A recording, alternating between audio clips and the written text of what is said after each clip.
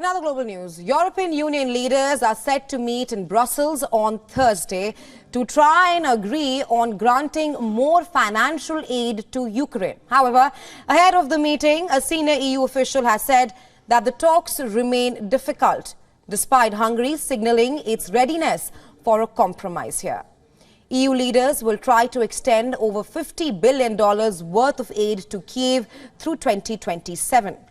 The meeting also seeks to replenish a military fund to arm Ukraine as it fights Russia's almost two-year-old invasion.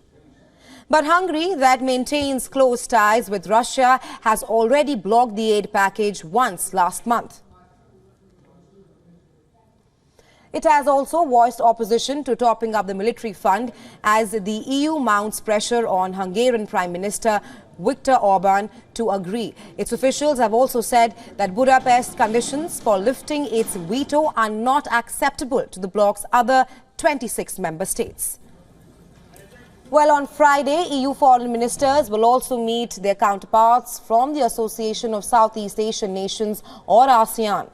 But ahead of the meeting, the European Union has failed to convince ASEAN nations to condemn Russia's invasion of Ukraine. A draft statement says that most members strongly condemn the war in Ukraine, but it stops short of naming Moscow.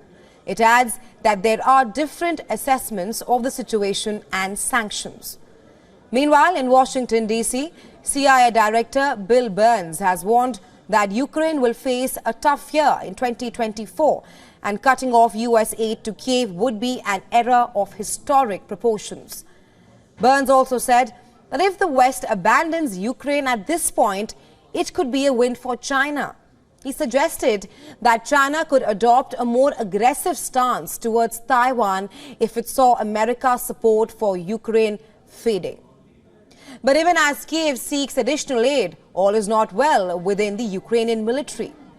Ukrainian President Volodymyr Zelensky has asked his most senior military commander, Valery Zolensky, to step down. But the popular general has refused, triggering speculation that he will be dismissed instead. Tensions between the two have been simmering for weeks now. That is, after Ukraine's counter-offensive failed to deliver. The Ukrainian Defense Ministry has, however, denied media reports that the commander-in-chief has been dismissed.